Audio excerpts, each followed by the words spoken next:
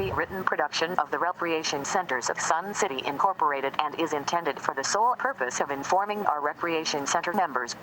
Any duplication, copying, transmission, broadcast, or use, including electronic and social media, is strictly prohibited without the prior written consent from the Recreation Centers of Sun City Incorporated. Thank you for watching.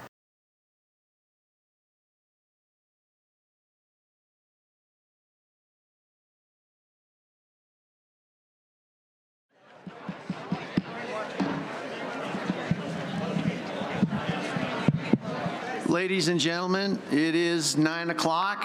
We would like to get started on time here. We have a very busy agenda. So if you would rise if you can, and we'll do the Pledge of Allegiance. Pledge allegiance to the flag of the United States of America and to the republic for which it stands, one nation, under God, indivisible, with liberty and justice for all. Thank you. Be seated.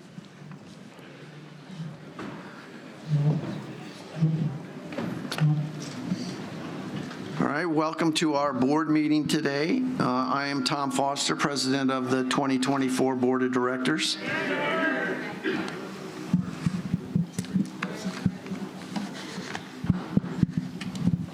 Are we doing better, Alan? Bring it closer to you. It's like within 9 inches. There we go. Is that better? All right. So I'm Tom Foster, president of the 2024 Board of Directors, and this regular meeting of the Rec Center of Sun City Board of Directors is audio and visually or video recorded by the RCSC management and staff. Please be advised that there is to be no recording of this meeting by any individuals. Please take out your cell phones and electronic devices and check them to ensure they're all put on silent mode. I see everyone at the table here is doing that. So I urge you to do the same, and I will try to remind you when we're done today to turn it back on. Just a reminder that we've had this the last few times, that we don't tolerate verbal or physical abuse towards any member, guest, visitor, employee, or staff member, and violators would be asked to leave the meeting. Now let me introduce our timekeeper and our management personnel. The timekeeper will be Secretary Rick Meyer, General Manager Matthew D. Lazansky, Finance Support Senior Leader is Kevin McCurdy. Morning. Facilities Senior Leader Mike Whipperud. Non-golf Senior Leader is Mike Dermeyer. Golf Senior Leader is Brian Duthu. Assistant to the General Manager is Debbie Giles. And our board coordinator is up here now, Marcia Johnson. Good morning. I want to recognize Alan Kleinhaus, Carla Young, Miguel Jackson, and Doreen Rafferty, who are our audiovisual engineers, and of course thank the Sundial staff for setting this up for us today. One more housekeeping. Only 50 people signed up for the back one for the bylaws. All right, thank you. I want to introduce candidates, since this is an election year, candidates for the Board of Directors. So when I call your name, if you would either stand or at least wave to the crowd so they can put names with faces, I would appreciate that. Anita Borski, Chris Nettesheim, Mike Egge. Oh, there he is over there. Rick Gray. There he is, in the middle back there. John Brissett, up here in the front, and myself, Tom Foster.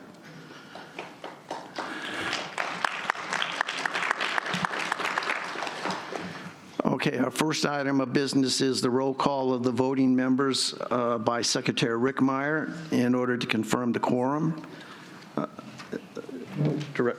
Director Rick Meyer, will you take that roll?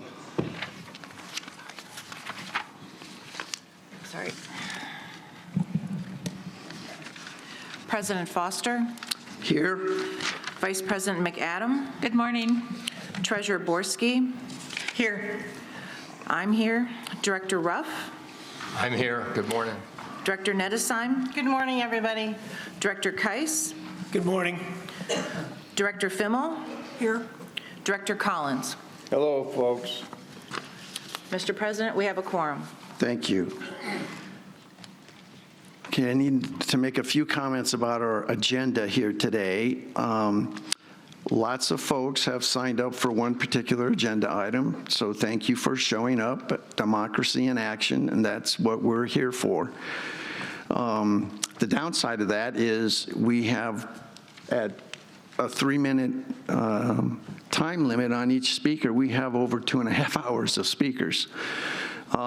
So what I want to try to do here is, and a couple of things that we were not necessarily aware of, but this room is reserved this afternoon for another event.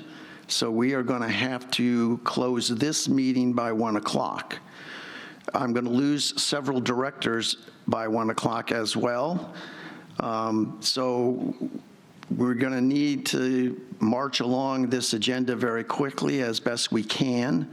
By, say, 12:45, if we still have dozens and dozens of folks lined up to speak on this particular agenda item, we very well may need to reconvene this at another day. We're thinking December 2nd, but hopefully we're going to move through this, postpone a few other items, and try to get to that particular item that you're all interested in and address that one today, if it's at all possible. All right, Director Nettesheim, were you going to make that motion? Right. So I move to amend the agenda to fix the time to adjourn today's meeting at 1 p.m. and if necessary, that meeting reconvene on Monday, December 2nd at 9 a.m. at Sundial Auditorium to complete the board's agenda. Is there a second? I second it. Okay, thank you, Director Keiss. Is there any discussion from the directors? Seeing none, Director Rickmeyer, will you take the vote on that? Sorry. Oh, just do it this way. I surprised you, sorry. You did. Okay, President Foster, Yes. Vice President McAdam, Yes. Treasurer Borski. Yes. I vote yes. Director Ruff, Yes. Director Nettesheim, Yes. Director Keiss, Yes. Director Fimmel, Yes. Director Collins. I vote no. Thank you. That motion passes 8-1. Okay.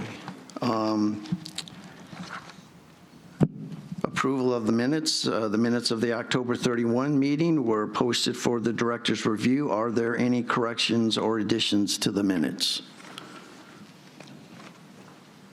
Seeing none, there being no corrections or addition, the minutes of the October 31 meeting are approved. Thank you. Treasurer's report. Director Borski, would you read the treasurer's report? Sure. The balance of unrestricted funds as of October 31st, 2024 was $14.3 million, which includes a $2.5 million cash reserve. Restricted funds include the Preservation and Improvement Fund, PIF, and the Capital Reserve Fund. As of October 31st, PIF had a balance of $36.1 million, and the Capital Reserve Fund had a balance of $5.8 million. Capital Improvement Funds, CIF, received to date totaled $1.2 million. The carry-forward balance as of October 31st, 2024 was $6.2 million. This balance decreased from the 2023 year-end balance of $10.4 million due to the allocation of $6.5 million in carry-forward funds towards the 2024 budgeted capital projects. Year-to-date, the corporation has generated a net operating deficit of $372,352, which is unfavorable to budget by $1,479,000. I'm sorry, $1,479,000. I lost the comma. Respectively submitted, Anita Borski, Treasurer. Any questions on the treasurer's report? Thank you. All right. Being no questions, the treasurer's report is filed for audit. Management report. Are there any questions or comments on the management report?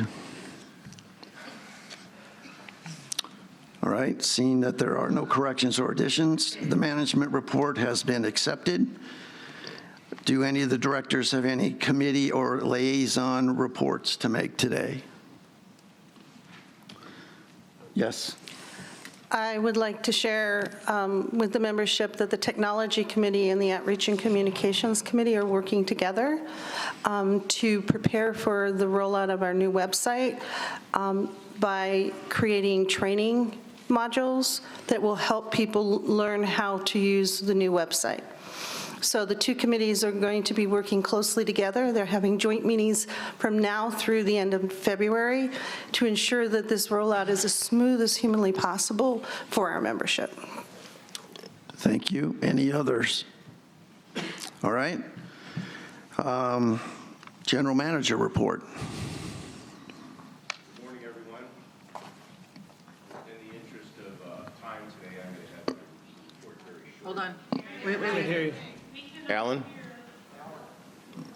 Hello, there we go. Good morning, everyone. So interested in time, we have a lot of people signed up to speak today. I'm going to keep this very short. First of all, thank you all for being here and for those that are going to watch on the web. Also, have a great Thanksgiving. We are very thankful for your participation in this social and corporate construct that Del Webb gave us many years ago. And just one last thing, I want to remind you that the holiday celebration is coming up December 13th from 3 to 4, and there will be a new and exciting duck race. So these are the ducks, the size of the ducks that will be racing. So have a great day. Talk to you later. All right. I'm going to waive president comments at this time. Are there any announcements that the directors have this morning? All right, seeing none. Committee recommendations, I'm not aware of any. There's two. Yes, we're ready to go to that. All right. So the next item of business is a motion on behalf of the Sun City Foundation to adopt board policy number 3, titled Guidelines for Investments. Director Borski.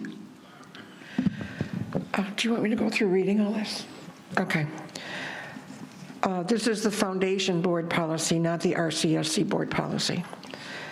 When the funds for the Sun City Foundation exceed $100,000, the foundation board will seek to invest the surplus with the following criteria. Safety. Any investments, whether in investments or certificates or deposits, will minimize credit risk by restructuring their portfolio so that securities mature or are available to meet cash requirements for ongoing operations. Therefore, any investment will be short-term, 2 years or less. Liquidity. Any investment shall remain sufficiently liquid to meet all operating requirements that may be reasonably anticipated. 3, yield. Any investment will be limited to low-risk securities. Adopted and signed this day, the 19th of December, 2024, at a duly called board meeting by the majority, 5, okay, You're good. of the RCSC. You're good. Now, Okay. And I neglected to start the whole thing out right. I move to adopt board policy 3, titled Guidelines for Investments. And then you put what I read. all right. And that number minimum was 100,000? 100,000. Okay. All right. Any comments or questions from the board?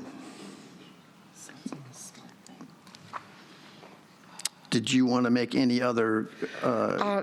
No, we have a rather large balance right now and was not really invested very well in the past, and that's why the update of the investment policy. All right. Ms. Johnson, are there any names of individuals who wish to speak to this motion? Mr. President, no one signed up to speak on this motion. All right. The motion before you is, on behalf of the Sun City Foundation, is to adopt Board Policy Number 3 entitled Guidelines for Investments. Is there any discussion by the directors? Sounds like a good idea. All right, thank you. Secretary Rick Meyer, will you please take the roll call vote? Director Collins? Yes. Director Fimmel? Yes. Director Nettesheim? Yes. Vice President McAdam? Yes. Director Ruff? Yes. Treasurer Borski? Yes. Director Keiss? Yes. President Foster? Yes. And I vote yes, with a vote of 9 yes and 0 no. Passes the First reading. Yes. All right. The next item of business is a committee recommendation by the Long Range Planning Committee for the RCSC Board to accept the recommended 10-year Preservation and Improvement Fund forecast. Director Keiss? On behalf of the Long Range Planning Committee, I move that the RCSC Board accept the recommended 10-year Preservation and Improvement Fund, or PIF, forecast. This does not require a second as a committee recommendation. Director Keiss, as maker of the motion, do you wish to speak for its adoption? I certainly do. The 5-year planning team provided the Long Range Planning Committee, or LRP, with an initial draft of the 10-year PIF forecast. The forecast provided the proposed expenditures of PIF money per year from 2024 through 2034. Since 2024 projects have been approved and are in process, LRP concentrated its efforts starting with 2025. Each year, the forecast takes into account the PIF balance at the beginning of the year, the estimated PIF yearly income from 1,500 home sales, estimated PIF interest income, proposed expenditures for the year, and the projected end-of-year PIF balance. It also provides a 5% contingency buffer for each year in case of project cost overruns. LRP moved a number of projects around in the forecast to reprioritize them to better fit the needs of our community. Chief among these was to push the renovation of the Lakeview Recreation Center forward so that the project design starts in 2028 and the project construction starts in 2030. This puts the start of the Lakeview renovation at the end of the completion of Mountain View. It also pushed our most expensive golf course water reduction project to start in 2033, which gives us more time to work with the Arizona Department of Water Resources and meet their current and proposed water reduction mandates. Now, this forecast is a living document and will need to be reviewed and possibly adjusted annually to make sure it continues to provide the best path forward for Sun City. It helps to ensure that we have the funds available every year to complete our PIF projects and build or renovate our facilities to keep them up to date for our current and future needs. Thank you. Director Keiss, I would like to make a friendly amendment to your motion to move the line item Lakeview renovation initial design slated in year 2028 to year 2025. Is there a second to that motion? I'll second that. Is there any discussion by the directors? Yes. One of the things that we have been hearing over the last several weeks is that we need a plan for Lakeview. Waiting until 2028 would clearly, at this point in time, with things that are on the agenda, be too late. So looking at the budget, this isn't actually saying we're going to spend the money. This is just moving the money forward in the forecast so that then the long-range planning can take it up and start to work towards getting the money allocated to do a design for Lakeview. And that, I believe, is in the best interest of everything that we're going to be doing at Lakeview. Ms. Johnson, are there anyone who has signed up to speak? Well, wait a minute. There's an amendment here. We need to address that first. And we did have a second. Is there any other discussion by the board? Yes. Yeah, I think this is a great idea. I don't And I don't see how you can decide to put a multi-million-dollar facility on a piece of ground unless you've got a plan for how you want to use that entire property. I think this provides us the ability to do that, make a common-sense decision that's based on data and information from professionals so that we have a complete view of what we want to do with Lakeview before we do anything that starts on this piece of property. All right. Any other? Yes, Director Collins. Yes, Director Kais, I want to make sure I have this clear. By doing this, the PAC will not be placed on Lakeview until after, if at all, after this master plan is developed. That's a whole different motion, so I don't really think we can comment on that until we get to that. My thought is that we need to do that. However, the decision on where the PAC is placed is another motion later in the thing. My goal is just to give us the ability to do that if we make the decision as a board to, let me say this right. This gives us the ability to put a plan into place if we make the decision that Lakeview or some place might be the right place. However, we need to have a plan for Lakeview before we do anything else, in my opinion. Well, my question, you said no multi-million-dollar item would be put on the property until the master plan is developed. That's what you said. Yeah, and I think that's, yeah. I think that the Performing Arts Center would qualify as a multi-million-dollar facility. So I just want clarification there. My personal opinion is, yes, we shouldn't build the PAC until we have an overall plan for Lakeview. That's my personal view. Okay. Now, please understand, I don't think that has anything to do with Mountain View, because Mountain View should continue. It's been delayed too long. It needs to get done. That project needs to continue. And really, a plan for Lakeview property and work on a PAC can kind of continue. However, you don't make a final decision until you have an overall plan for the whole property. There are elements that I'm sure you can do. You can work on the inside of the building, things of that sort. Just the exterior design and location and things like that, I think should be held off until we have a plan for the property as a whole. Okay. I think that's Director Netashine. So I want to be clear that the purpose of this amendment is, I've watched what happened with Mountain View, and it has taken us years to decide to do something with Mountain View. Moving this money forward gives us those cycles that this community clearly needs as we're making decisions. So we have the design early, and then we have these cycles where everybody can participate and comment. So for me, the decision about the PAC is not the same as moving this money forward to start planning out the Lakeview renovation. Next year's 2025. Lakeview is slated for 2030. If we do this work now, we may actually be able to start work in 2030 when it's slated to be worked on. So that's my purpose of doing this, is to just authorize that line item to move from one year to the next.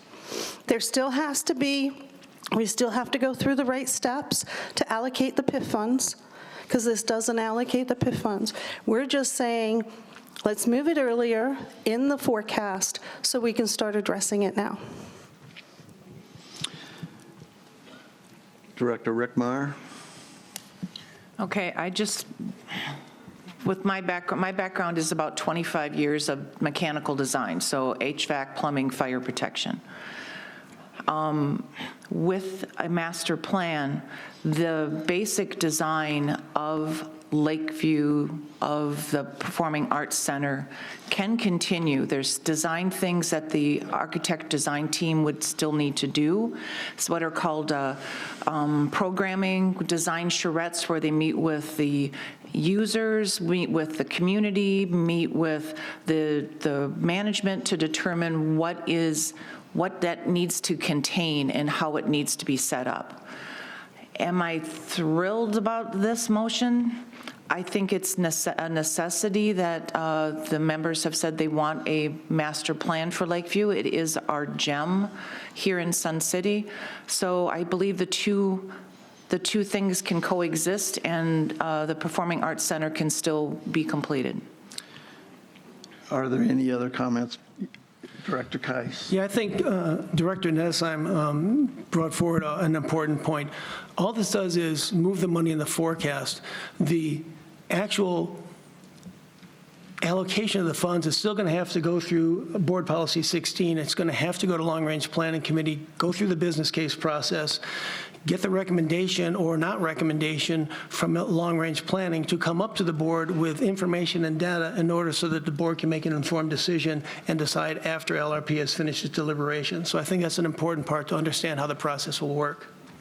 Director Ruff? I was just going to ask Preston to do what he just did. Okay.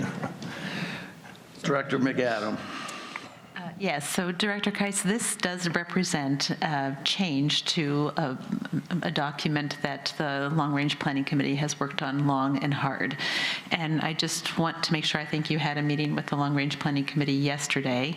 Obviously, there wasn't any time for them to adjust their recommendation to the board because that had already been published. But do you, has the Long Range Planning Committee informally weighed in on this change?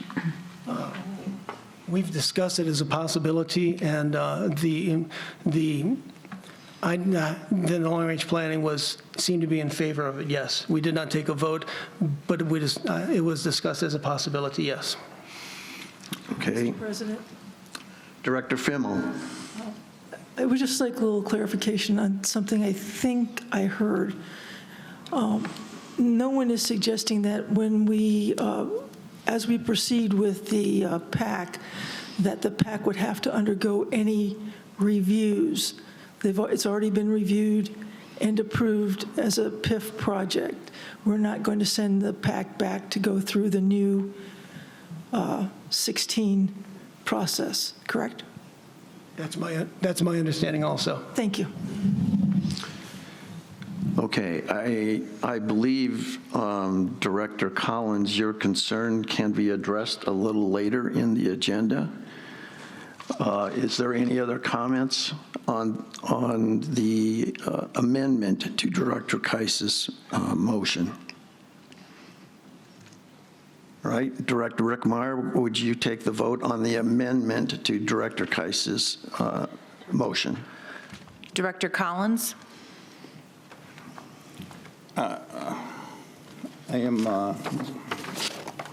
I'm going to abstain. Okay. Director Fimmel? Yes. Director Nedesheim? Yes. Vice President McAdam? Yes. Director Ruff? Yes. Treasurer Borski? Yes. Director Kais? Yes. President Foster? Yes. And I vote yes, so with a vote of 8 yes and 1 abstain, the amendment passes. All right, so now we're back to the amended motion. Is there any further comments or discussion? Hearing none. People Whoops, speak. whoops, yeah, thank you. Marcia, were there anyone who signed up to speak on this motion? Mr. President, no one signed up to speak on this motion. President, Director Collins? I think we need to ask the question, in light of the amendment, is there anyone that wishes to speak to it? That's a good question. Because they couldn't sign for it, they didn't know it was coming. I don't even know what the amended motion is. Is that appropriate? All right, is there anyone who would like to?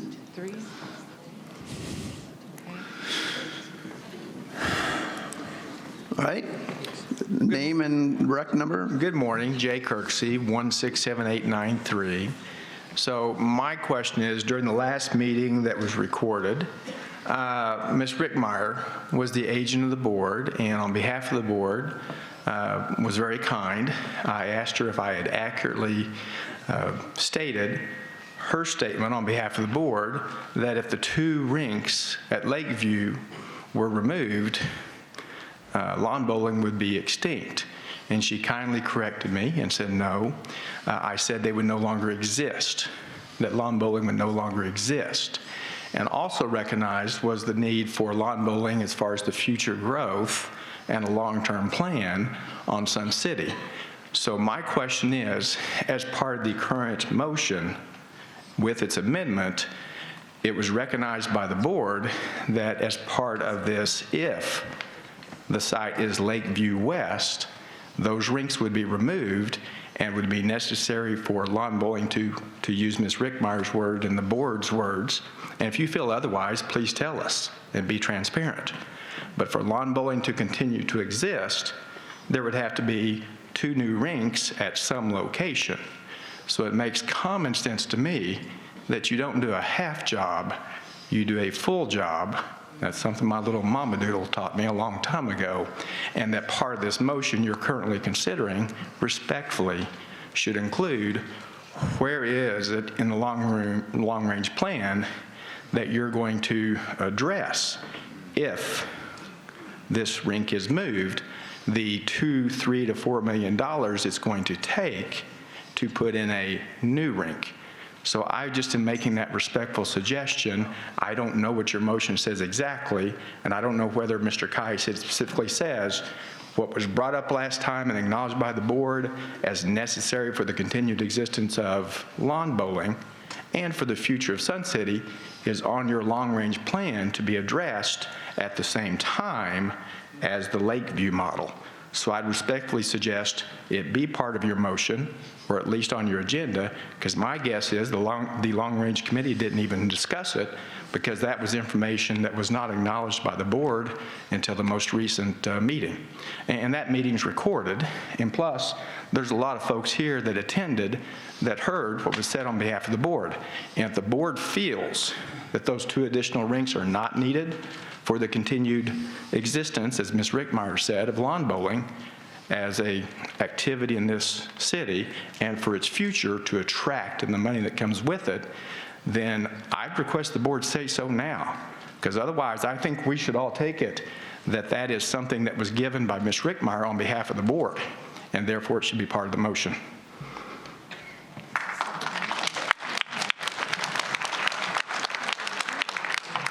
Mr. President, Director Fimmel? this motion is about moving PIF monies, correct me if I'm wrong here, we're talking about moving a planning process forward to next year. That is what this motion is talking about. Any comments to be made should be strictly to the issue that's on the table. My comment was strictly on that issue, because as a necessary part of that was the statement that there would be additional things. So it's 100% absolutely part of that same motion and agenda, 100%. Ma'am, name and rec number? My name's Faith Putman, and my number is 169322. I would like to speak to this because I feel like this is another half plan by the board. As you had said, many people said we wanted a master plan, and I think the board heard maybe a master plan for Lakeview, but actually several professionals came up here and said we need a master plan for the community. You don't go forth with Mountain View until we absolutely know for sure that the PAC isn't best suited for Mountain View, Bell Center, or where it's going to be suited. So you're just doing a half plan, and I think this is absolutely appalling.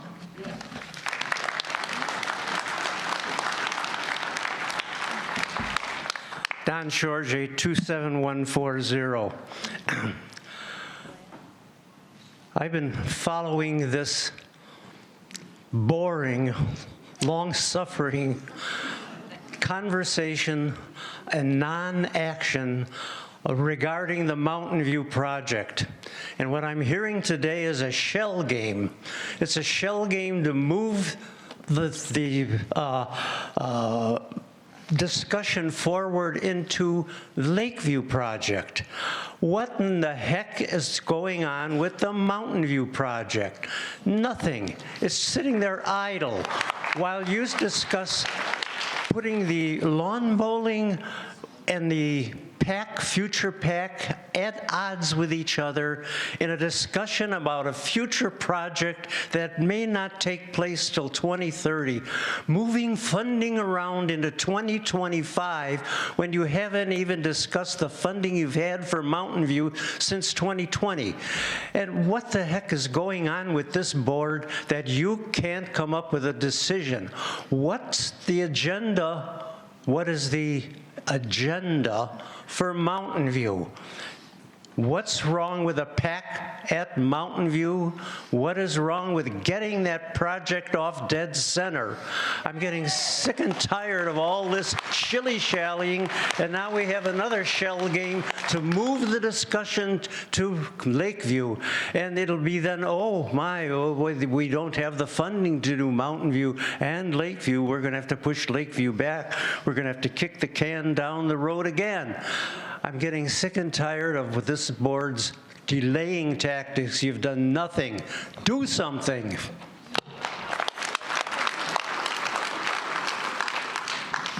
Hi, Tom Swenson, 135906. I'm president of the Players and speaking on behalf of many of the performing arts communities. My concern is that kicking it to next year, all of a sudden we have a new board. And guess what happened 2 years ago when we got a new board? They put a stymie on this project. They cost the board and us $375,000 spent on architects that was thrown out the window. That was wasted money. If you delay it again, then also think of how much building costs have gone up since then. So this is a lot of money you've wasted already. I'm really concerned a new board is going to come in and say, not so in favor of whatever plans you've come up with. Let's just toss those out as well. And this moving money forward, that's money you're going to spend on these architects. Again, new set of architects. So I'm concerned that money's going to go out the window. Again, it's going to get delayed or canceled. So please, let's see if we can't make a decision now. Thank you.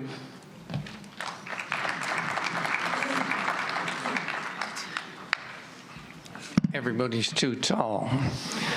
Norm Dixon, 2429. I echo some of the comments that have preceded me. In 2023, the board appointed a committee representing every club at Mountain View. That committee met all summer long and came up with a recommendation for Mountain View.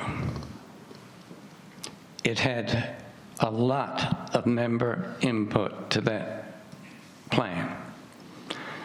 The board, and some of you weren't on the board at that time, decided that they would not accept the recommendation of the architect who spent many, many hours learning our community, learning the needs of our community, and they did nothing with it. They buried it. I don't know what happened to that plan. So since 2023, you have had a plan in front of you that would resolve all of the issues that the members are excited about. If you adopt the plan, which is called Plan M because that was the first initial of the architect, if previous boards, had adopted that plan, we would not be here tonight. One of the blessings of Sun City is that we do not have permanent politicians running the city. One of the curses of Sun City is that we do not have politicians running the city. What we have is a constant revolving membership. Running this place, as you know, and I know, I was on the board for 6 years, is a very complicated, unrewarding position. But the main job is to represent the needs of the people, whether you agree with them or not.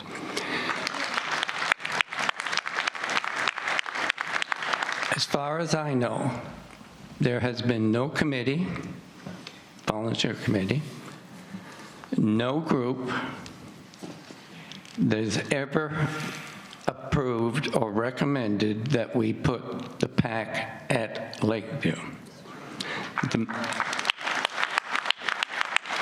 I know a lot of you believe in membership involvement, and I know a lot of you were not on the board when these decisions were made, but you still can correct that.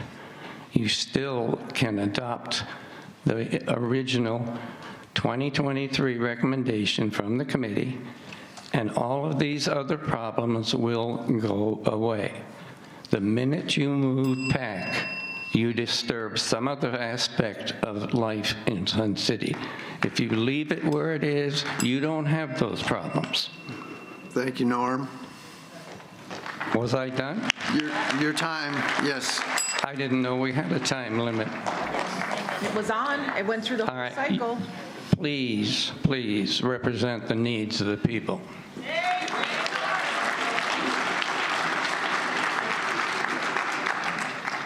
John Nowakowski, 137154. Developing a plan is a wonderful idea. It's a great process. Unfortunately, you're doing things, I believe, a little backwards. See, back in 2020, the previous board, at their insistence, told the general manager to come up with a budget for the PIF. That budget was passed in 2021. So my guess is, how do you develop a plan that's different than the budget that was previously passed? Wouldn't it have to look at that first? What's the difference between a plan and a budget? By our bylaws, the general manager has the authority to spend the money in any budget at his discretion. So now you have a plan that's different than the budget, but the budget is passed and approved. The budget goes till 2035. Interesting. Maybe somebody should look at some of that history and figure out what you really got to do.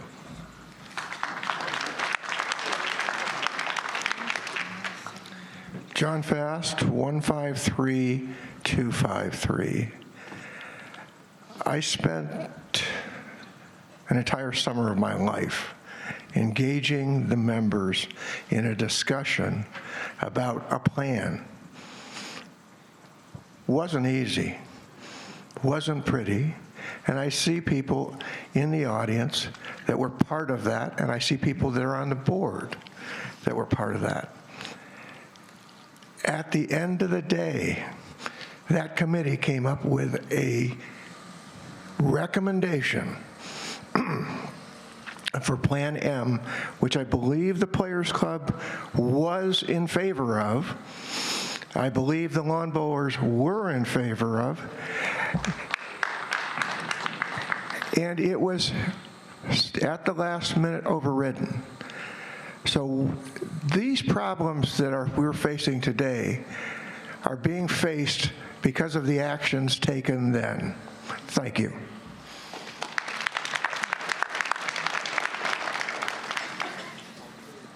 Pam Black, 171851. I kind of came in the middle of all this. I started getting interested in Sun City in 2021 and finally bought in 2023. I can tell you when I was looking for housing, I did not look around the Mountain View area because I was like, when is anything ever going to be developed here? I don't know. And I wasn't willing to live close to an inferior recreation center. I think that I was here for the meeting where the architects presented the plan, and I thought the plan was very well thought out. I heard in that plan that lawn bowling would be replaced. I don't know that they set a specific area. and it seemed to be the plan that was least disruptive of any plans and would keep most of the facilities functional for the longest period of time while they were doing the plan. If I'm wrong about that, please let me know, but I thought it was very reasonable in that way.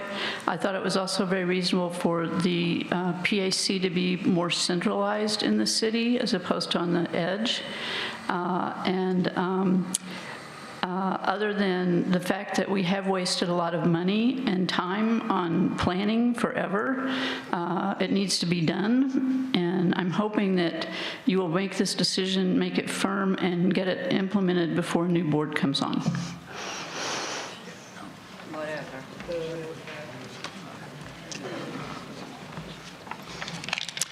Lana Williams, 159495.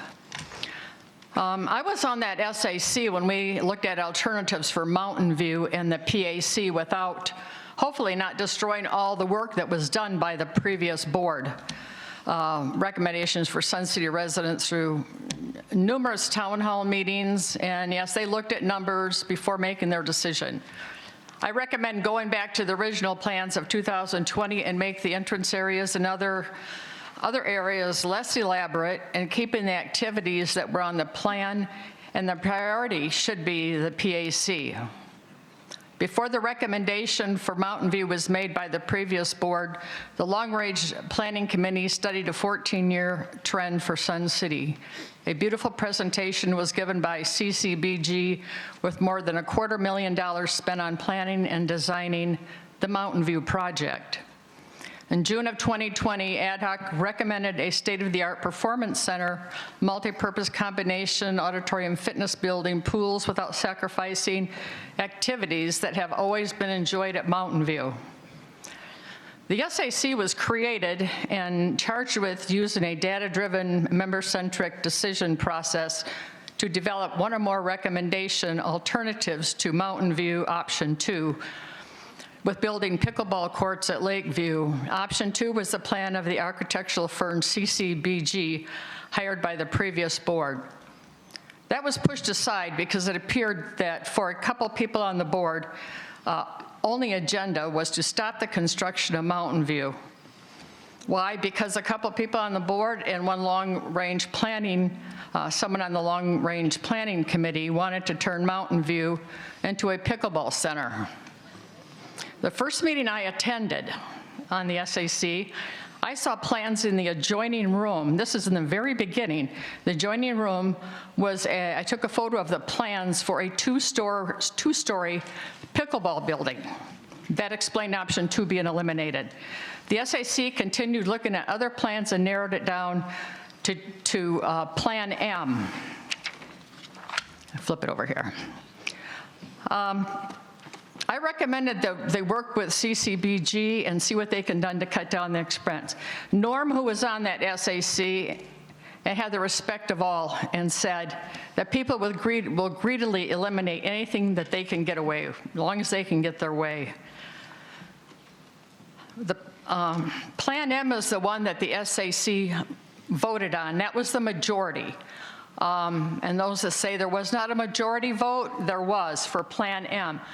But someone from the Long Range Planning Committee stuck in their own plan for the town hall meetings, which was not approved by the SAC, in order to throw a wrench into all the plans. Thank you.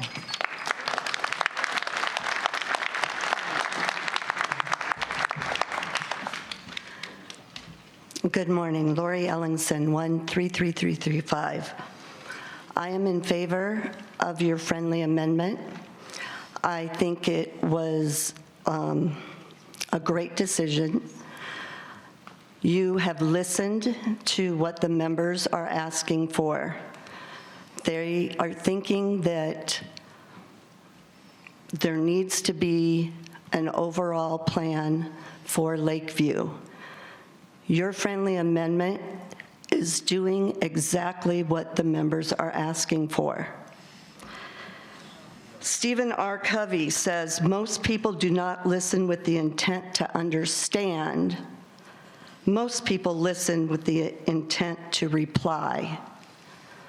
All I am hearing from the people here today and the people at the last exchange meeting and the people at the special session meeting were replies of their opinions. I am not hearing data. I am not hearing justified information that tells what the other 40,000 residents that aren't here today. I want to hear what those people think. I want to hear what is best for the entire community. I want to hear what is best for everyone here as a whole. There were only 432 people that voted for the Shoah board. 432 people out of 40,000.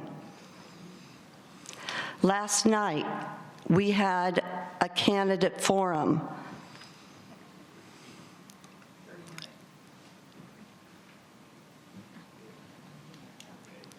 I'm sorry. Marcia? No, I thought you were going to say how many people were at the candidate forum, and I just said we had 39. Yes. And how about the one on Monday? 56. So if the members are that concerned about what is happening in their community, please attend more than just one special session.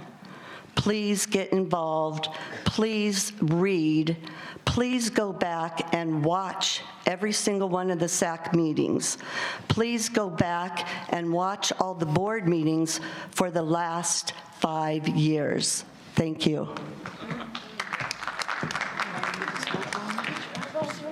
Okay, I'm assuming we have exhausted the comments from the members on the amendment. So we have passed the amendment to the original motion.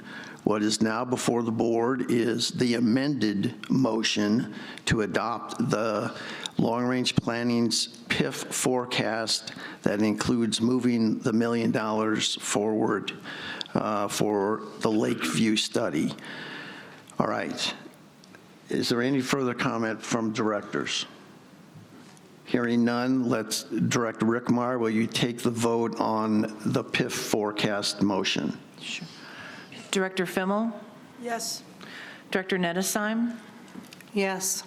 Vice President McAdam? Yes. Director Collins? No. Director Ruff? Yes. Treasurer Borski? Yes. Director Keiss? Yes. President Foster? Yes.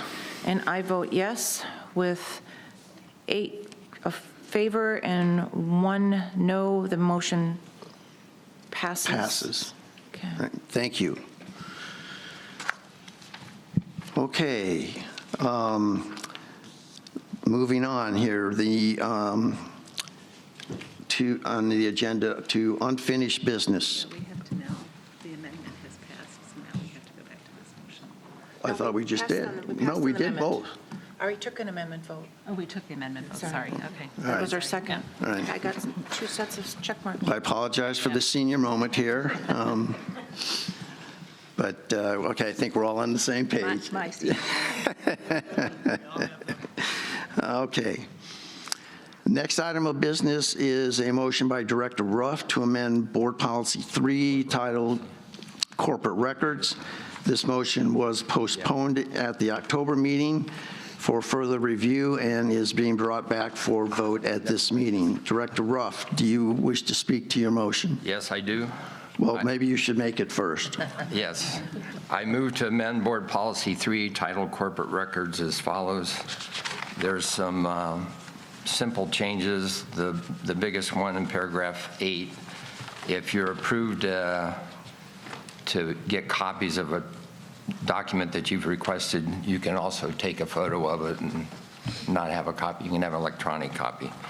So it's a very simple change, and I think we need to approve it. Thank you.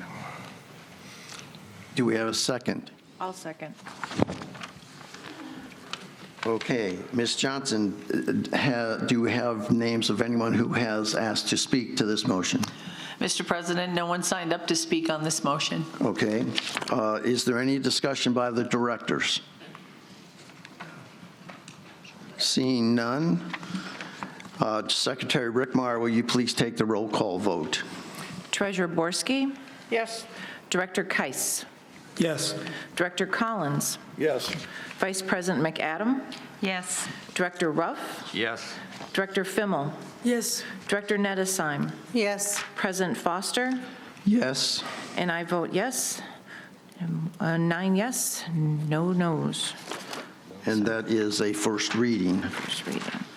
All right, the next item of business is a motion, again by Director Ruff, to amend Board Policy 21, titled Membership Documentation Requirements, Section C. This, again, was postponed at an earlier meeting. Director Ruff, will you make your motion? I move to amend Board Policy Number 21, titled Membership Documentation Requirements, Section C, as follows. Under the occupancy, each individual qualified by ownership and age and meets the following qualifications may get a maximum of 2 member cards. And then it spells out driver's license requirements or photo IDs.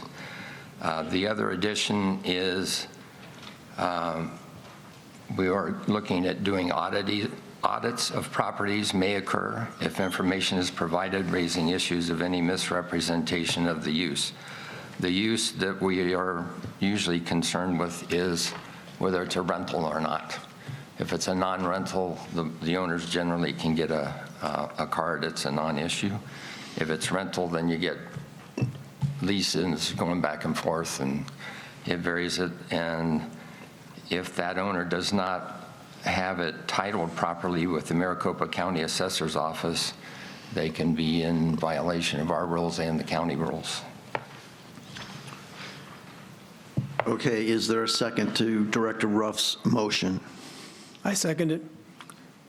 Right? So you've already spoken to that motion. I think it's straightforward, yes. All right. Ms. Johnson, please read the names of any members who signed up to speak to this motion. Susan Bjork?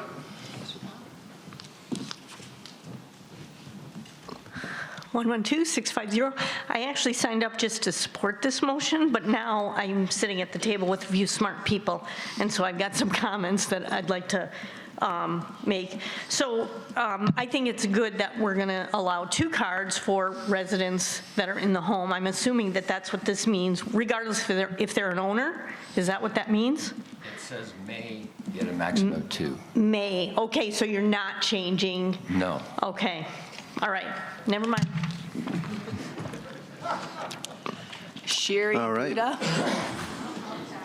Your pass? No one else signed up, Mr. President. Thank you. Is there any discussion by the directors?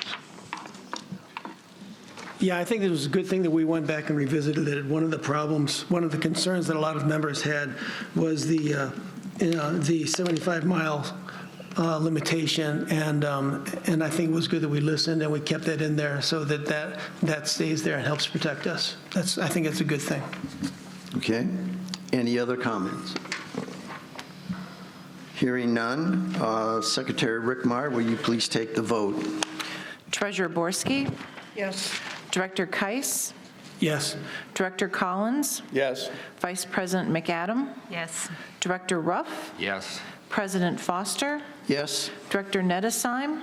Yes. Director Fimmel? Yes. And I vote yes, with 9-0, passes the first reading. First reading, yes, thank you. All right, the next item of business is the motion, again by Director Ruff, to amend the bylaws. Again, this has been postponed in previous meetings. Director Ruff, would you make your motion? I move to amend the bylaws as follows. There's quite a list here, and what I'll try and do is get through this. We made a few definition changes on page 1. In Article 1, instead of just one section, we moved some information from other places in the bylaws so that Section 1 states the corporate categorization within IRS rules. Section 2 is the purpose, which comes from the Articles of Incorporation. Section 3 says the parliamentary authority to use Robert's rules. Section 4 states the corporate office is in Sun City, Arizona. Section 5 sets the fiscal year for accounting.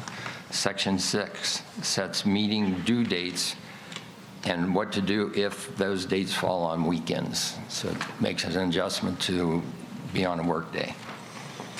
Article 2, Section 1 sets members in good standing may do certain things. It also sets out how members qualify to get membership cards. We did not have a consensus on the 75 miles, the occupancy, et cetera, so those changes were not made, which our member, Director Keiss spoke to on the previous change. It addresses deeded owners who are under 55 years of age. Section 3 addresses non-owner residents and privilege cards. Section 4 addresses incident reports and allows serious events to be addressed with a hearing, even if a first offense. Currently, if you have an offense, you just get a letter on the first one. If you have a second one, you get another letter. If you get a third one, then you get a hearing. But if somebody does something egregious, you shouldn't have to wait till they do it 3 times before you call them in. And so that gives the general manager and the board the ability to find somebody doing something really egregious to stop them immediately. Article 3 has no significant changes. Article 4 redefines the notice for annual membership meetings and subject matter. And what it's doing is bringing it into the IT world on how we post things and send them out. Section 2 had the same type of changes as Section 1. Section 3, which I want you to pay attention to, for the member annual membership or a special meeting by the body of members, it sets the proxy limit at 25 per person. Section 4 has no significant change, and 5, 6, and 7 have no significant changes. Article 5, Sections 1, 2, and 3 have minor changes, mostly just wording. Section 4 addresses the terms of board members, because what it says now is we elect 3 people for 3-year terms. Well, if you look at the current election, we have 5 seats. And it didn't speak to what do we do with a 1-year term or what do we do with a 2-year term. So that is addressed in there. So, for example, on this meeting or this vote, when we vote for those, 5 of the 6 are going to get voted in. The top 3 vote getters will get a 3-year term. The other 2 vote getters will get a 1-year term. That means they have to run again the following year. Last year, Anita Borski was the 4th person and got a 1-year term, so she's running again now. So the other issue in there is that the Articles of Incorporation says you can only be an elected board member for 6 years. So that's her first year. If she gets elected this time for 3 years, then she has 4 years. If she got elected the next time, she would only be able to serve 2 years. And then there's another 1-year thing for somebody. So that just clears that out. Section 5 spells out board meetings and was drafted by our bylaws attorney specialist. There's an attorney that works just on bylaws. That's her specialty. So I worked with her to figure out how to spell out better and more clearly what the board can do for meetings, et cetera. Section 6, there's a minor change which includes setting Ms. Marcia here as the board coordinator will report to the board president rather than to the general manager. Article 6, sections 1, 3, 4, 5, and 6, and 7 have minor changes. Section 2 adds appointing Sun City Foundation board members to the first board meeting of the new year to elect officers of the RCSC. Normally, that's on the first workday after January 1. So on January 2nd, coming up, the board will have a executive session to elect a president, vice president, treasurer, and secretary. And we will also appoint the directors for the Sun City Foundation to one-year terms. The Sun City Foundation directors are appointed by the RCSC board, and they're all for one-year terms. Let's see. Section 8 addresses if a board member resigning from elected office, which means president, vice president, secretary, or treasurer, they need to resign for some reason but want to remain on the board, then the board will elect a new director to fill that office. If it happens to be the president, and the vice president will be the acting president until we have a vote, and that could be the vice president or it could be somebody else, which happened here recently. Our wonderful prior president had to step down due to some issues in her life. Article 7, minor changes only. Article 8, minor changes only. Article 9, no significant changes. Article 10, minor changes. Article 11, financial management. That was a 1 or 2 sentence article, so that's one of the things that got moved to the Article 1. Former Article 12 is now Article 11, and it had minor changes. Article 12 now addresses committees of the board. It puts the board committees back into the bylaws. And please note that the Sun City and Focus Committee has been deleted as staff members are now making videos. Section 1 removes their, it said we shall not have meetings of the committees in July and August, and yet last summer we had an ONHAC committee that certainly did work through the summer. And so this allows us to do that, and it says may. You don't have to, but if you need to, you may.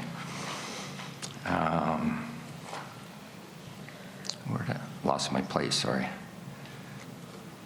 Okay, Section 2 establishes chair and co-chairs of committees and responsibilities.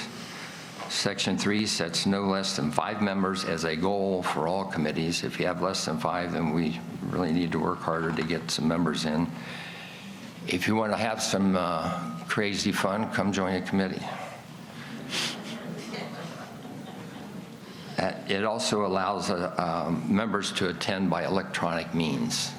We've approved that for the board. The state of Arizona stated that it's appropriate for all corporations and official state or county, city meetings. Section 4 defines each committee and includes an ad hoc process. There's a few minor changes in the committees, one of which was changed today by Preston to have the 10-year forecast of the PIF. Section 5 spells out member responsibility, and Section 6 sets suspension or expulsion for committee members. Somebody's not doing whatever it is they're supposed to do.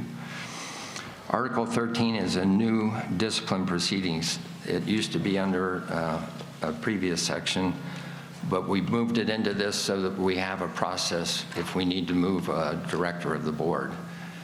It said we could remove them on the 6, have to have at least 6 members voting to remove them, but we didn't have a process. Now it's spelled out in the bylaws, and it's the same process that a member would get if they're charged with having violated board laws and rules.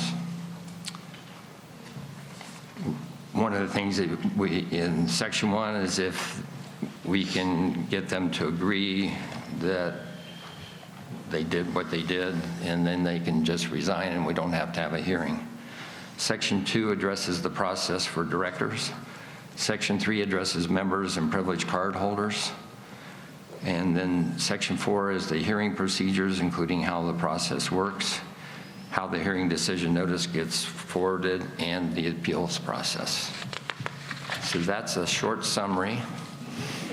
There's copies on the back. There are copies in the back. If you can't sleep at night, I highly recommend trying to read it. Unless they're gone, they might be. But. Thank you, Director Ruff.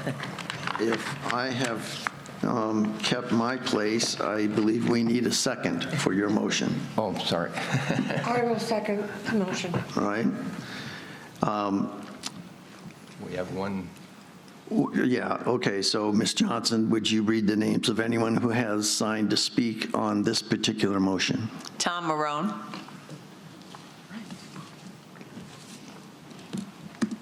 And Tom warned me he was going to challenge me on something. I'm kidding. Tom Marone, 100825, on Article 5, Section 5, meetings of the board. You're eliminating the paragraph that says special sessions of the board may be called by the president or upon the written request of 3 or more board of directors. The purpose of the meeting shall be stated in the call and posted on the RCSC website, except in cases of emergency, at least 72 hours notice is given. No. Excuse me, Tom, it is in there under paragraph G. Oh, is it? Yes. I had to add it back in. I think you told me it was missing, so that's why I went back in and added it. So thank you. Okay. Excellent. Thank you. Awesome. Mr. President, everyone has spoken. Okay, any discussion by the directors? Thank you for all that work. Director Kais. Yeah, I think we all need a big thanks to Director Ruff. He's worked long and hard for months on this. We've gone through a lot of iterations. We've had a lot of discussions and a lot of angst over it. We've gotten good feedback from the membership, and I think we've come forward with a much better document for our bylaws than we had previously. So I think it's a great step forward for us. Thank you. Mr. President? Yes, sir. There's a lot of people I'd like to thank, but I don't want to get you, your neighbors riled up and charging you. But I got a lot of really good input and help from a lot of different people outside of the board, staff members, especially Mr. McCurdy and his staff, and the board members. I had multiple meetings with multiple board members multiple times, and we got there. Thank you. And don't forget Marcia. Marcia and I. Marcia retyped this document like 1,800 times. No, that was way more than that. I mean, it's not exaggerating. No, I mean, we killed multiple trees. Okay, any other comments? All right. Secretary Rickmeyer, will you please take the roll call vote? Treasurer Borski. Yes. Director Kais. Yes. Director Collins. Yes. Vice President McAdam. Yes. Director Ruff. Yes. President Foster. Yes. Director Nedesheim. Yes. Director Fimmel. Yes. And I vote yes, vote 9-0. It passes its first reading. Woo! All right, so now we're on to the second readings.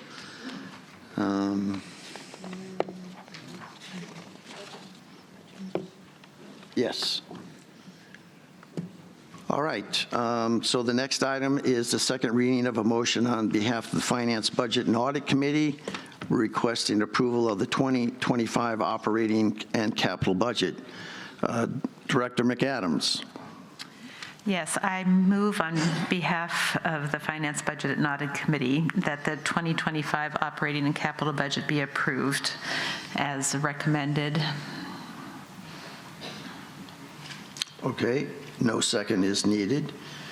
Vice President McAdam, do you wish to make any comments? I think I would just sort of tag on to what Jim said about how a thank you to all the people who have been involved in making this one of the most robust and transparent budget preparation processes that we've ever seen in Sun City. So this involved the work of multiple committees with lots of members on them, and I think even though it's a little bit of a shock to see how prices are going up, which means that our property assessments are going up as well, I think there was a very strong justification given for why that's the case, and a plan put forward for how we can operate in the new year in a way that we are being responsible about the things that we own, right? Ownership obligates. We have to take care of the things that we have, and at the same time continue to be innovative and a national leader in making Sun City a really attractive place for people to live. Thank you. Ms. Johnson, please read the names of any members who signed up to speak on this particular motion. Mr. President, no one signed up to speak on this motion. Okay. Is there any discussion by the directors? Seeing none, Secretary Rickmeyer, will you please take the roll call vote? Director Collins. Yes. President Foster. Yes. Director Nettesheim. Yes. Vice President McAdam. Yes. Director Ruff. Yes. Treasurer Borski. Yes. Director Keiss. Yes. Director Fimmel. Yes. And I vote yes. So with 9-0, it passes. And that passes its second reading. So it, So the budget is now set for 2025. yay.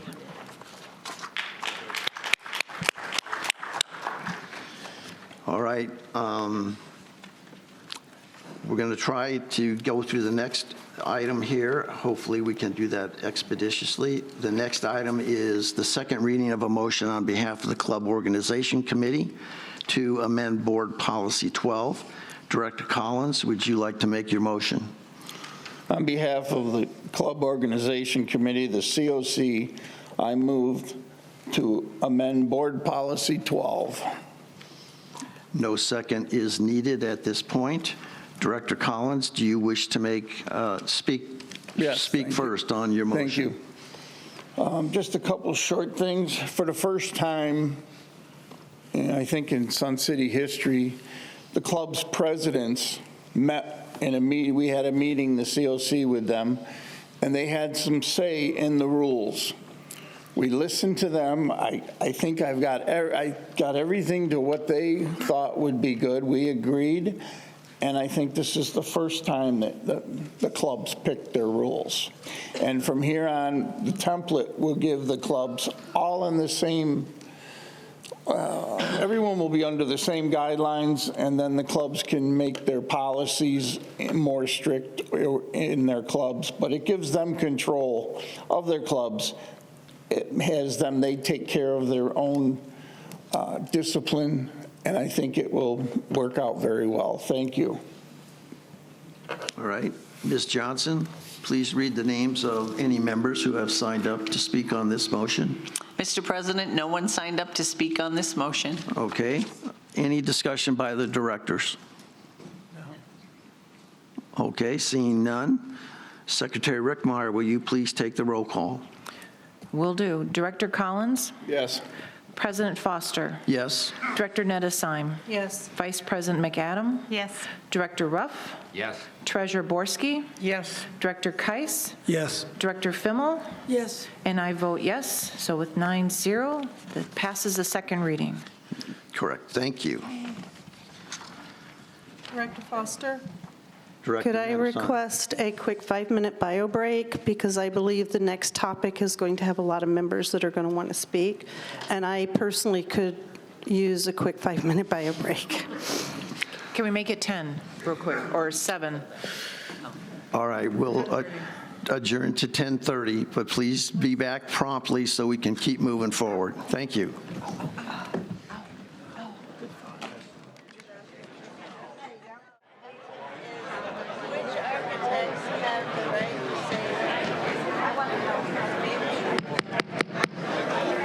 Ladies and gentlemen, let's try to get back in session here.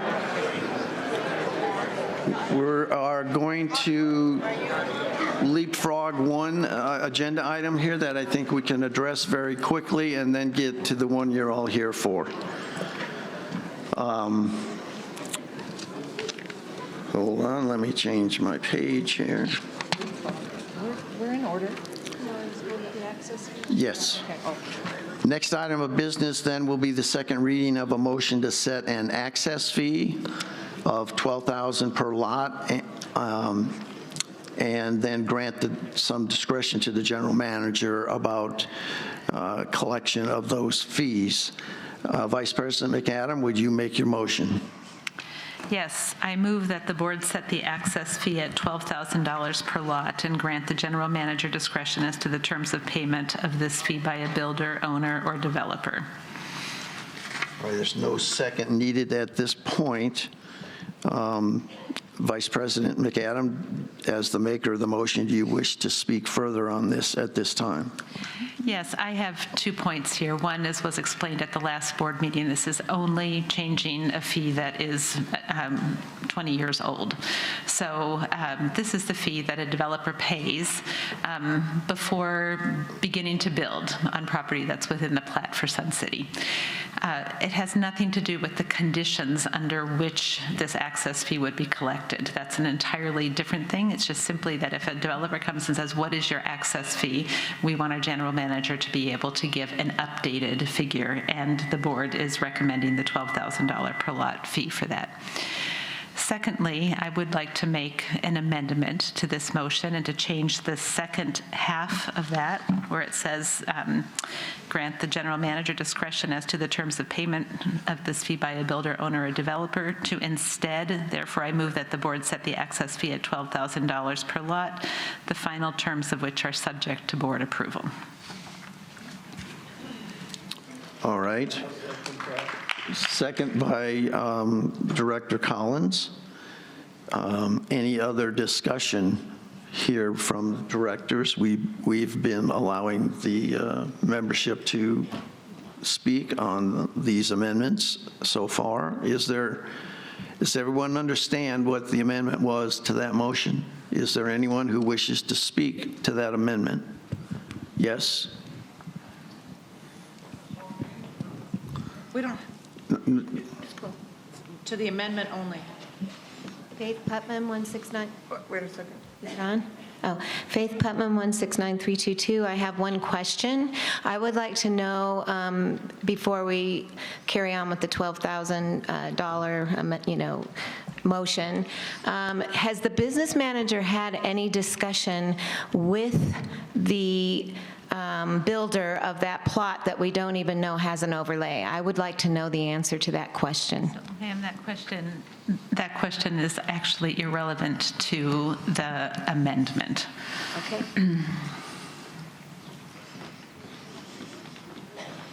Are we speaking to the amendment or to the entire motion? The amendment. The amendment at this moment. All right. I'll hold until. Okay. Well, wait just a second, though.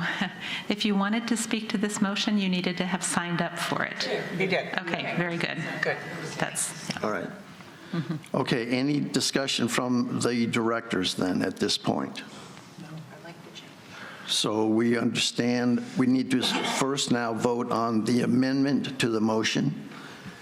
Director Rickmeyer, will you take the vote? Director Collins? Yes. President Foster? Yes. Director Nettesheim? Yes. Vice President McAdam? Yes. Director Ruff? Yes. Treasurer Borski? Yes. Director Keiss? Yes. Director Fimmel? Yes. And I vote yes, 9-0. The amendment passes. Okay. All right, so now, whoops. Are we, yes, there we go. All right, now we have the amended motion in front of us. Ms. Johnson, did you have someone who wanted to speak to that motion? Mike Modell?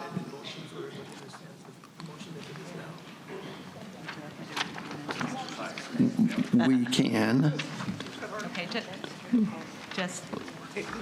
Hi, Mike Modell, 145164. Okay, I just had a couple of questions of clarification. does the developer have to pay for all the lots or just some of the lots, giving the owners then the choice of joining RCSC or not? That would be part of the terms. So it's possible. Part of the terms.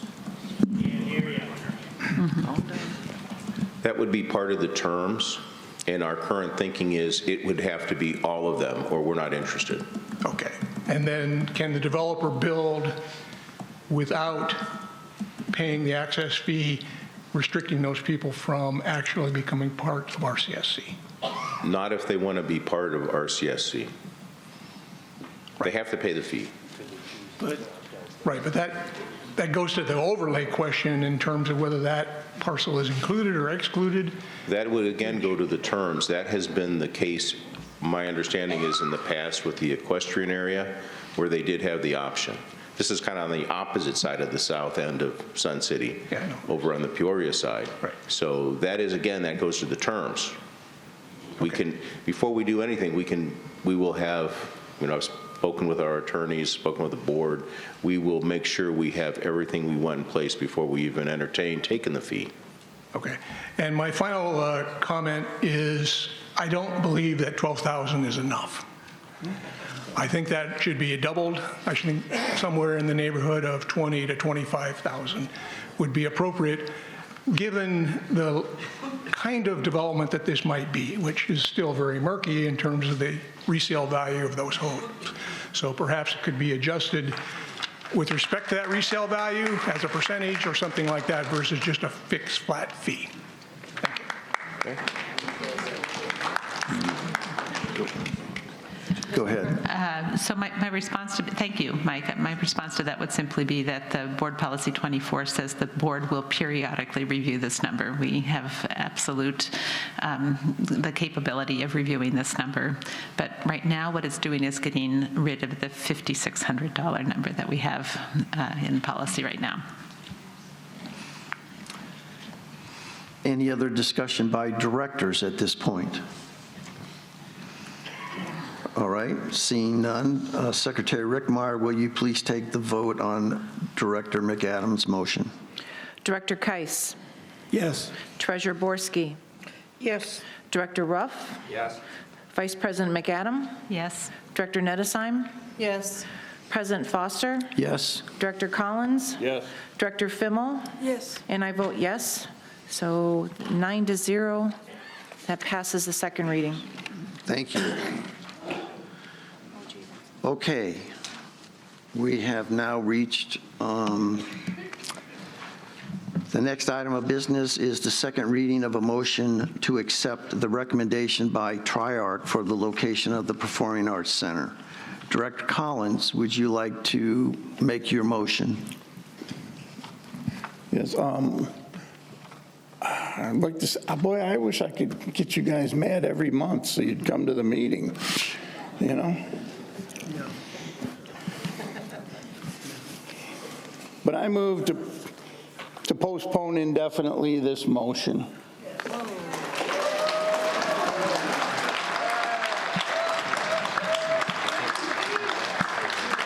Mr. President, That was not the motion. the maker has to read the motion that he made, and that has to be addressed before anything else can happen. Then you could certainly amend that, but I think we need to start with the motion that's on the agenda. I move that the recommendation by Triarch, the architect engineering firm designing the Mountain View project regarding the location of the proposed Performing Arts Center be accepted. Okay. No second is needed at this point. It's the second reading now.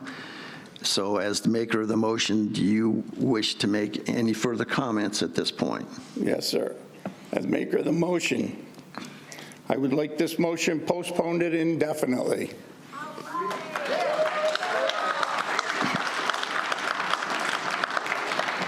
All right, so is this a formal amendment to your motion? Yes. Is there a second? sorry, what did you say? I Is second the there a motion. second? You don't need a second. Well, he's just made an amendment. Oh, sorry. No, he just made a motion. It's an incidental motion. He made an amended motion, yeah. So, No, Preston seconded. oh, he did. Okay. I was waiting. He didn't do Second anything. tabling it indefinitely? Yeah, Yes. Okay. Mr. President, I need to know what that means. I don't mean to be confused, but I don't know what that means, because right now, we have an architect engineer who is designing the PAC. We have an architect engineer who is, same architect engineer designing the Mountain View redesign. And so what does this mean? What is it, I guess I need clarity on what it is we're postponing.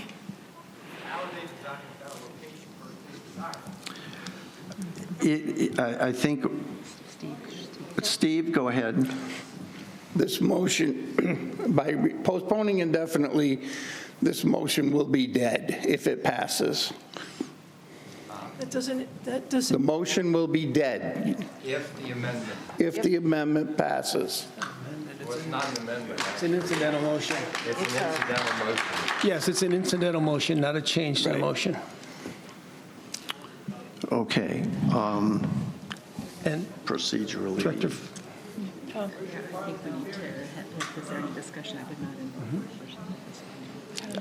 Let me ask for responses from the board at this point before we go further. Director Keiss? yeah, I would, in response to what Director Fimmel's question was, my understanding is indefinitely postponing does not mean there isn't going to be a PAC. There isn't going to be a PAC at Lakeview. My understanding, based on what we've previously approved, is we look at the entire Lakeview property, make a plan for the entire Lakeview property, and then find the best location for the PAC. Now, that architectural and engineering review does not necessarily mean the PAC's going to end up at Lakeview. It doesn't mean that it's not going to. All this does is open us up to look at the property as a whole and decide what is the best use of this property for Sun City. And I think that's what's important for our community.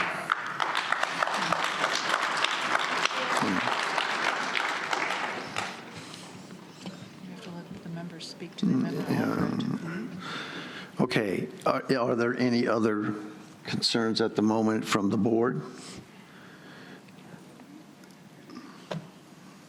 Oh, I'm sorry. Director Rick Meyer. Del Webb put in our corporate documents that there would be a performing arts center. It's been 59 years that people who are interested in a performing arts center to go to, are being denied this opportunity yet again, or delayed yet again.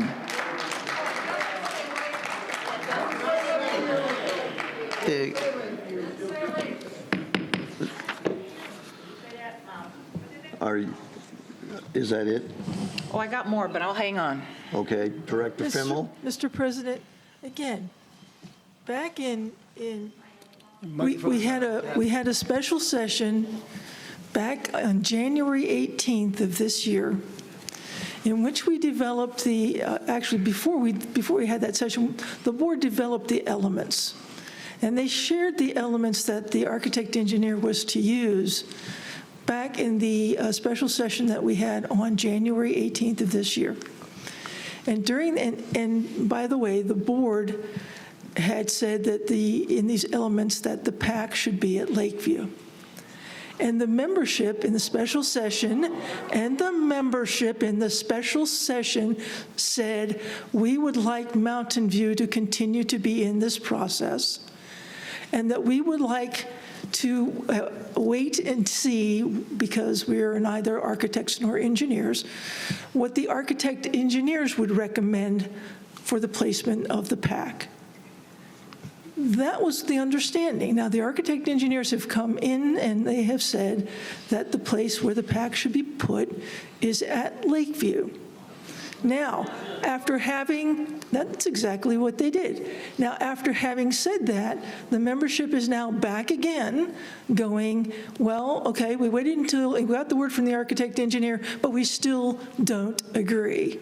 And at some point, we could do this forever. And people have said that, members have said that for years. And we keep on going, and we don't stand fast with what needs to be done here. And so I just want to make sure what's happening here today, because I'm unfortunately not really clear about it, is what are we postponing and when are we postponing it to? Because if you postpone something, you have to have a date certain. You can't have an open-ended postponement. We voted earlier today to move up the planning process for the Lakeview project. I think some people may have misunderstood that. It didn't mean that we were pushing the PAC or any part of the Mountain View project back any amount of time.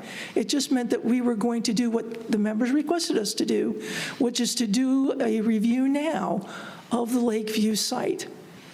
I just want to be sure what happens when we conduct this vote today with regards to when the PAC will be put somewhere and when the Mountain View project, and the whole thing is the Mountain View project.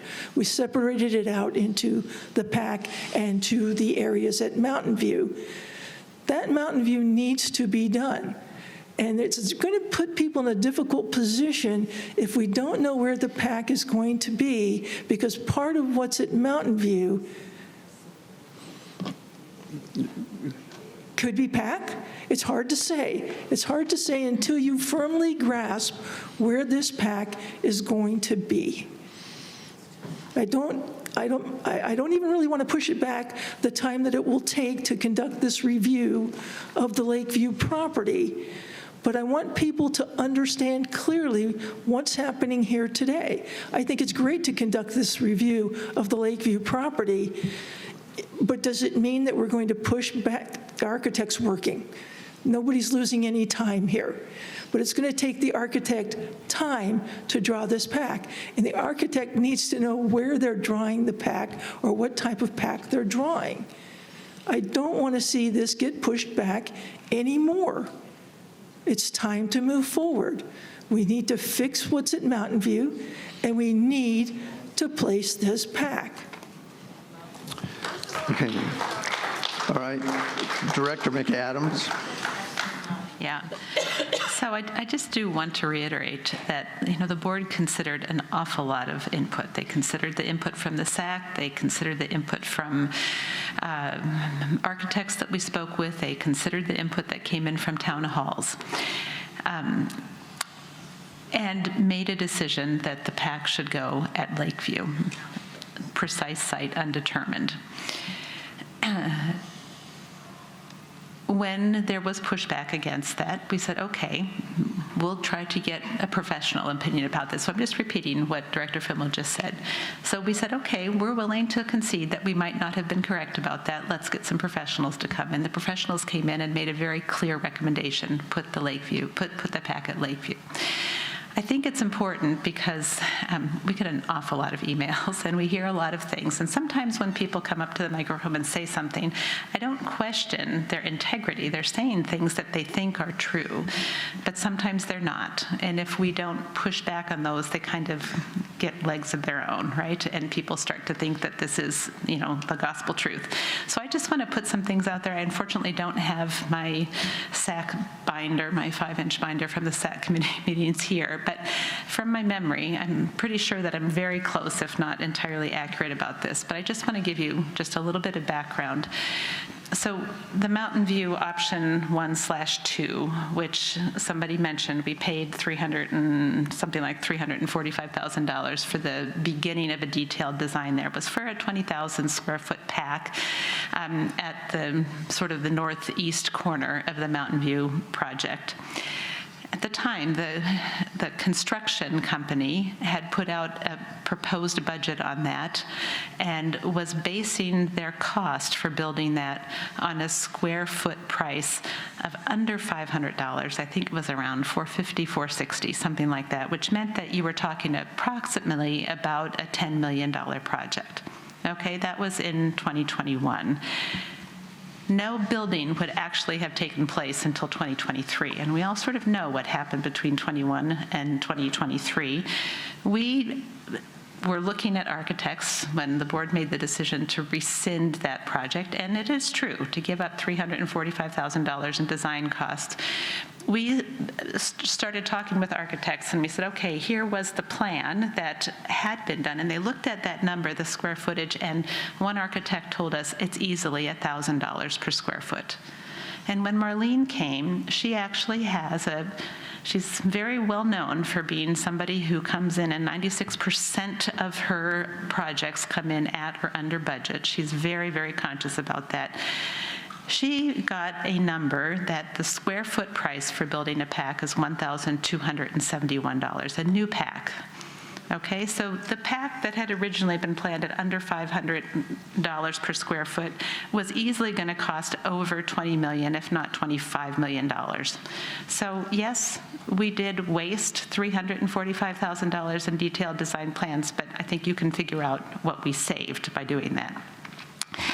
So when the decision is, okay, if you're going to remodel a building, what does that actually cost? And we were under the impression that we have a facility at Mountain View.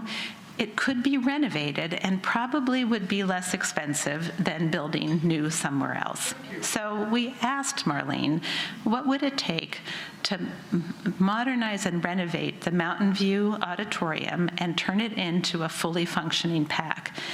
Remembering, of course, that there are a lot of reasons not to want to build at Mountain View, being not in the center of town, traffic, lots and lots of different things, whether it fits in that center or not, but thinking that the price might be the decision that we'd say, well, if we can save a lot of money, let's just do it there.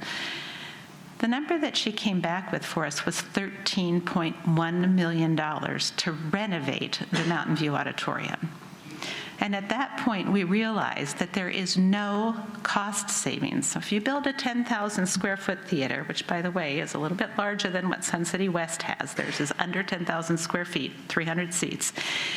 If you build a 10,000 at $1,271 per square foot, that comes to $12.7 million for a brand new facility wherever you want it in the best place that it could be, compared to $13.1 million to renovate an old building that is not in an ideal location for a PAC. At least you might disagree with me, but that was the unanimous decision of the board. So I think it's important for folks to understand that those are some of the things where we're quite sure, and I think I'm speaking for the board, that the PAC should not go to Mountain View. And I know that some of you will be very disappointed about that, but I hope that I've at least been able to explain a little bit about what the thought process is behind that. It's not because we hate Phase 3 or anything like that. It's simply that it doesn't seem to make appropriate sense to us. So I hope that that's helpful for you as we enter into this dialogue, and think about and I just want to say this too, making a decision about the PAC is the very first step that has to be made. We have to actually agree that the PAC is not going to be at Mountain View so that we can move forward full board there and get that job done. I see some head shaking. I understand that you don't agree with us, but I think that it is the consensus of the board based on all the data and the information we have. Ma'am, sir, please. Okay. Continue. Yeah. So anyway, I just want to give that background information so that there is an understanding of how we came to a decision. We asked professionals who confirmed that what we had thought as a board was actually a pretty good idea. I'll stop there. All right, Mr. President. Director Collins. Yes. Now, Mr. Preston made a motion earlier, which will draw out what will be done at Lakeview. So you don't know if that will even be where it's going to be. And you said we moved it once, it cost $340,000. So if it's going to come out that, well, it's really not what the study says, now we wasted another $340,000. I don't see how that's a good way to do this. Mr. President? Mr. President? Director Fimmel? Yeah, conducting the review of the Lakeview property is not going to end up being wasted because some years down the road from now, we have a Lakeview project facing us. The other thing I would like to also add that I keep hearing that we shouldn't put it at the lake because it's going to be a theater box and no one will see the lake and we'll be wasting the lake space.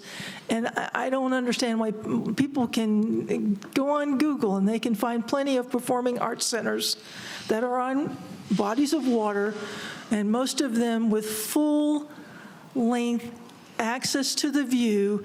Buildings are being built today where the entire facade can be glass. This is not difficult to take advantage of the view of the lake if the PAC is at Lakeview. I just wanted to be clear on that because we're being told constantly by some members, oh, you're not even going to see the lake when you're sitting in the PAC. And of course, you are.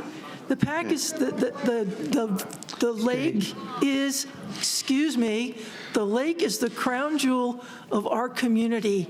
And this PAC is also going to be a part of the crown jewel of this community. We are trying to bring, excuse me, I would like to finish speaking. We have a project upcoming at Lakeview. We have spoken for years about turning Lakeview into a community center. This would be one huge part of that. I'm done. Thank you. Mr. President. All right. Mr. President. Director Collins? We're almost to the end of the year, and like in the past, new board members come on, things get erased. I think this should be the next board to discuss this. Then they have a whole year to come up with it, not 30 days. All right.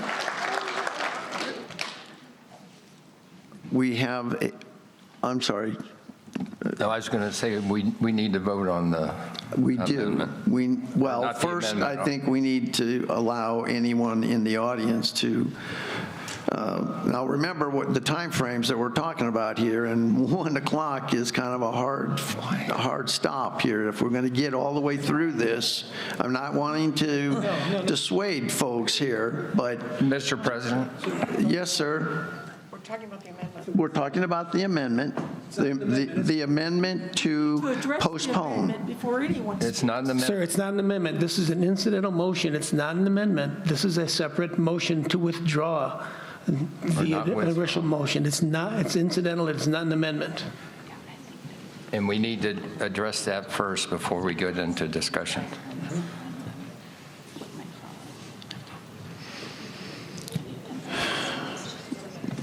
There's a motion on the floor. We need to address it. Yep. We do. So we should take a vote. Yes, postpone indefinitely. You need to vote on that. All right. It strikes me that we still need to allow some feedback. You think not? We need to address the motion that is on the floor. Yes, the postpone. And once we get to people that, well, we need to address what's on the floor. Yes. All right. So the standing motion is to postpone indefinitely. And we have a second. So are we prepared to go forward with that? Yes. And either address that or yes, either go yes or no on the postponement. Is everyone clear what their vote would be?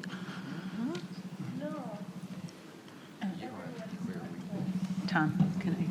Yes? So I think that we've kind of set ourselves a bad precedent here by saying that any time a motion gets changed, we're going to invite people who haven't signed up to speak to it because they didn't know about it to come up and speak. And we have a problem in that we would essentially be doubling the amount of time. So my recommendation, and I'm just one person up here, would be for us to say that we are going to hold off on member comments, because if this motion if it passes, then the whole issue, There's nothing else. there's nothing else to talk about. If the motion doesn't pass, then everybody who signed up to speak is going to be able to come up and speak. So my recommendation is for us to go ahead and vote and see how it goes, and allow for membership comments if the motion is defeated and we go back to the original motion. That does strike me as a reasonable course of action. The members can speak in the order in which they requested to speak. That is true. Right. All right. So before us is the motion to postpone indefinitely. So a yes vote would be to postpone indefinitely. A no vote would be to strike that down and go back to the original motion that Director Collins made. Is everyone clear on that? Yes. All right. Director Rickmeyer, would you proceed? Director Collins, Yes. President Foster, Yes. Vice President McAdam, No. Director Ruff, Yes. Treasurer Borski,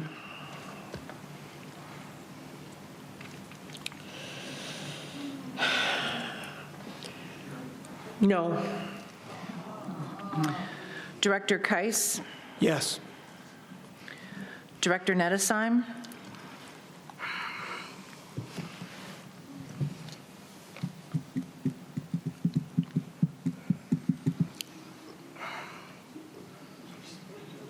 Sorry, guys, I'm just running things through my head, so give me a second.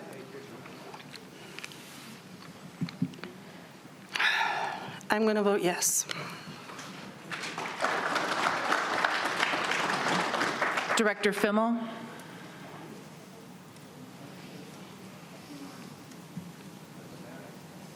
no, it doesn't matter.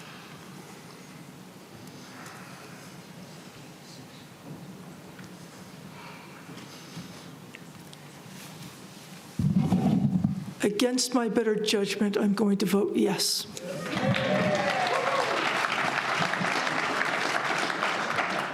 And I vote no because people supporting the PAC deserve a PAC. They do.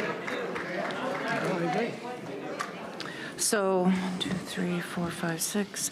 6 in favor of killing the motion and 3 against.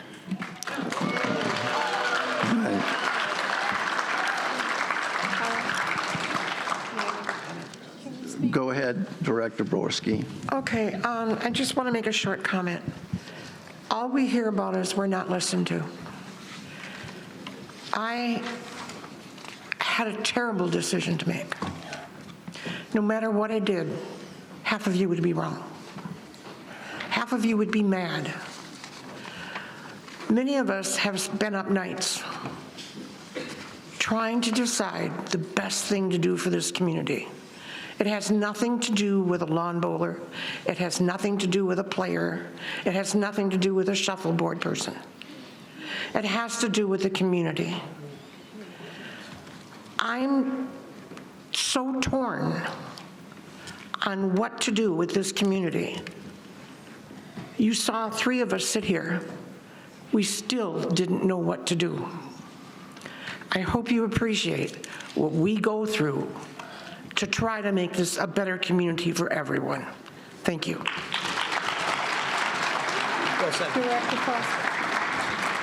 Director Nettesheim. So I want to be clear. I am not voting against a PAC. I am not voting against Lakeview as a site for the PAC. What I am voting for, or what I voted for, was a more planful approach, per se, to have the whole site. That, I think, was a reasonable request.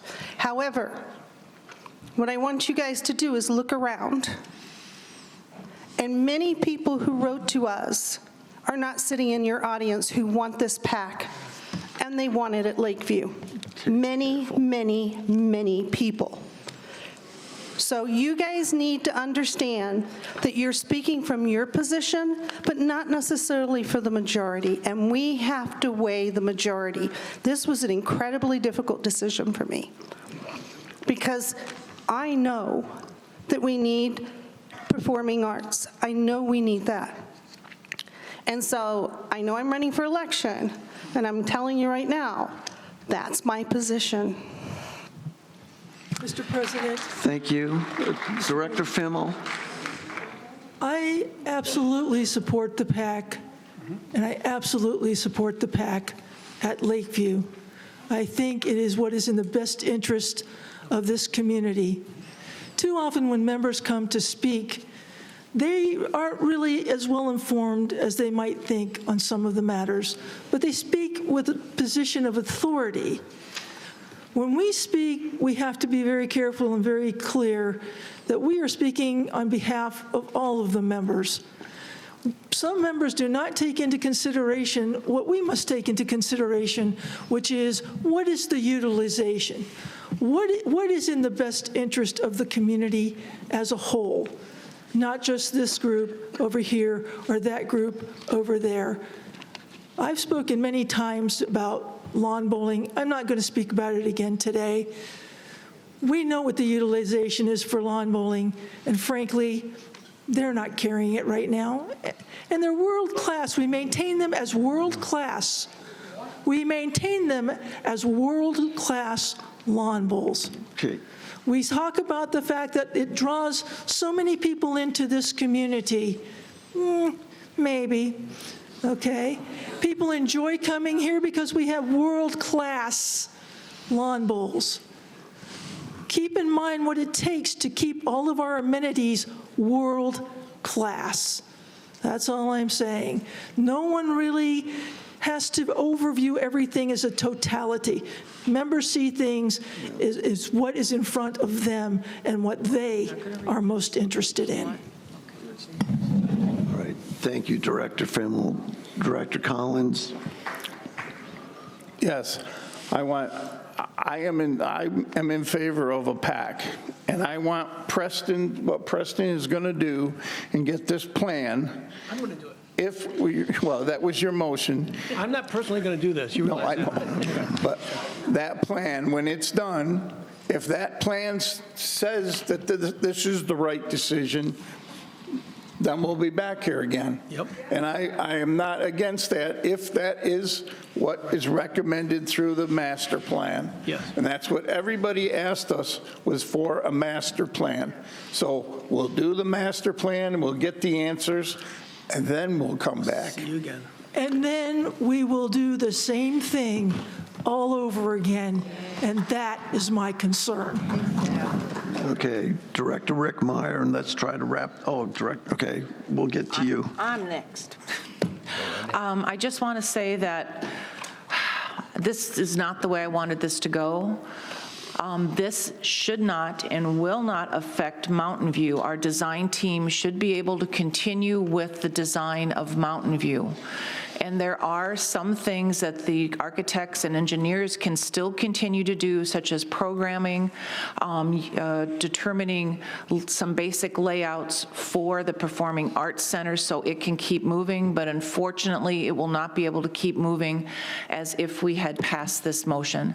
I would also like to say I am sincerely sorry for all of the performing arts people and their supporters that came out today. This is not the outcome I expected or intended or hoped for.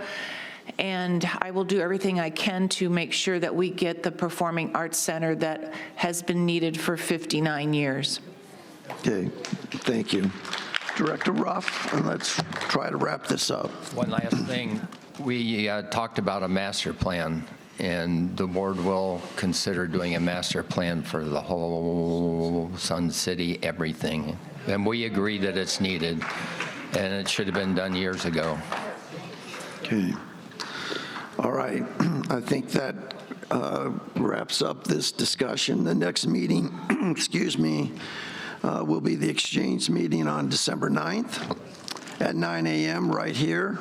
The next meeting of the Board of Directors will be December 19th at 9 a.m. again right here. That is a week earlier than normal because of the holidays. The annual meeting is still March 11th, 2025, 6 p.m. again right here. There being no further business and without objection, this meeting is adjourned. Don't forget to turn your phones back on. Thank you very much.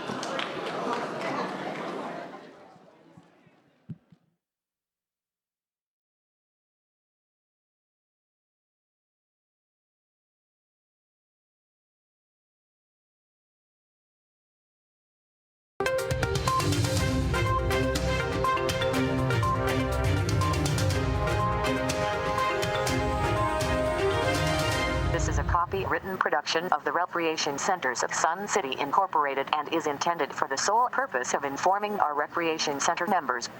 Any duplication, copying, transmission, broadcast, or use, including electronic and social media, is strictly prohibited without the prior written consent from the Recreation Centers of Sun City Incorporated.